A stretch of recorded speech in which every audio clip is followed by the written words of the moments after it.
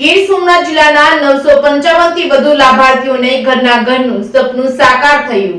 ગીર સોમનાથ જિલ્લાના 955 થી વધુ લાભાર્થીઓને ઘરના ઘરનું સપનું સાકાર થયું છે। વિકસિત ભારત વિકસિત ગુજરાતની નેમને સાકાર કરતા નરેન્દ્ર મોદીએ બનાસકાંઠાના ડીસા ખાતે ₹2,993 કરોડના ખર્ચે 1,31,400 થી પણ વધુ આવાસોનું વર્ચ્યુઅલ માધ્યમથી ઈ-લોકાર્પણ અને ખાતમુહૂર્ત કર્યું હતું। આ કાર્યક્રમમાં મુખ્યમંત્રી ભૂપેન્દ્ર પટેલની વિશેષ ઉપસ્થિતિમાં યોજાયો હતો। ગુજરાતના 182 વિધાનસભા ક્ષેત્રોમાં યોજાયેલા સમાંતર કાર્યક્રમમાં રાજ્યભરમાં આવાસ યોજનાના લાભાર્થીઓ તેમજ તેમના કુટુંબીજનો સાથે નાગરિકો મોટી સંખ્યામાં સહભાગી થયા હતા। જે અંતર્ગત ગીર સોમનાથ જિલ્લાના વેરાવળ, કોડીનાર, પ્રાચી, ઉના ખાતે યોજાયેલ સમાંતર કાર્યક્રમમાં કુલ 959 આવાસોના ઈ-લોકાર્પણ અને ખાતમુહૂર્ત સંપન્ન થયા હતા। આ કાર્યક્રમના ઉપલક્ષમાં પ્રાચીમાં ધારાસભ્ય ભગવાનભાઈ બારડની ઉપસ્થિતિમાં કારડિયા રાજપૂત સમાજની વાડી ખાતે પ્રધાનમંત્રી આવાસ યોજના ગ્રામ્યના 220 અને પ્રધાનમંત્રી આવાસ યોજના શહેરીના 70 અને આંબેડકર આવાસ યોજનાના 6 આવાસો એમ કુલ 296 આવાસોનું લોકાર્પણ કરવામાં આવ્યું હતું। તેમજ ધારાસભ્ય પ્રદ્યુમનભાઈ વાજાની પ્રેરક ઉપસ્થિતિમાં માર્કેટયાર્ડ કોડીનાર ખાતે યોજાયેલ કાર્યક્રમમાં પ્રધાનમંત્રી આવાસ યોજના ગ્રામ્યના 100